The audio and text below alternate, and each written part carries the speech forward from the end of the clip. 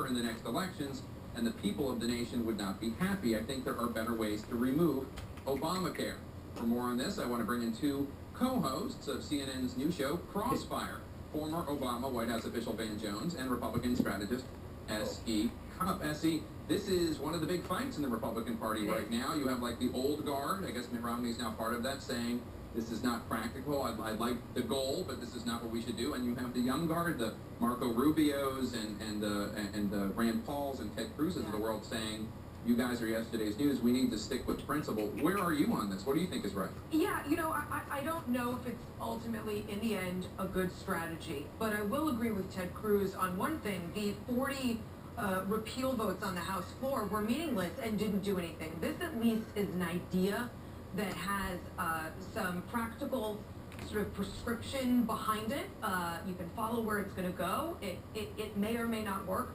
But to Mitt Romney's point there, I think he's a really smart guy, and we should all want to take advice from him on myriad economic issues. I think we should send him down to Detroit, and he could fix that place. Where I don't welcome his opinion is on political strategy. I don't think and I'm not trying to be smug, I don't think he's proven himself to be a particularly adept political strategist. So warning Mike Lee and Ted Cruz and the Republicans about the optics and the messaging of this strategy, I don't know that he's sort of the best advisor on those issues. Van, I'm sure you have some thoughts on the showdown within the Republican Party and also with the Obama administration on defunding Obamacare. Republicans in the Senate saying we will shut down the government if it comes down to it. Well, I think that, first of all, I'm going to buy a bunch of popcorn and love this, because what you're seeing right now is the Republican Party really can't figure out a way to talk, I think, well about stuff people really care about. They don't have a job creation strategy, so they're gonna talk about this other stuff. I think a couple things that we got to watch for. This is the opening of a split in the Republican Party.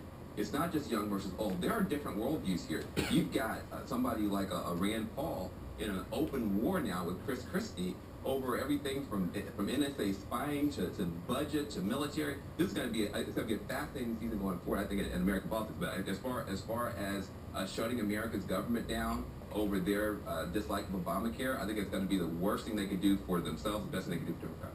And so you look like you want to jump in. Look, I mean, Rand Paul and Chris Christie are first and foremost competitors. They are both staking out ground so that they don't have to bother doing that in the messaging wars in 2016. That's at least how I see it. But there's also some personal bad blood there. I think a lot of Republicans were really ticked off when Chris Christie wagged an indignant finger their way and said, how dare you question where we're going to spend sandy aid on Alaska fisheries and rum distilleries. I think they feel a little chastened by that. They might. But I'll tell you what, Chris Christie didn't do himself any favors by poking the guy over 9/11. I mean, part of what you're seeing now with Chris Christie, I think Chris Christie is right to stick up for his people, say, listen,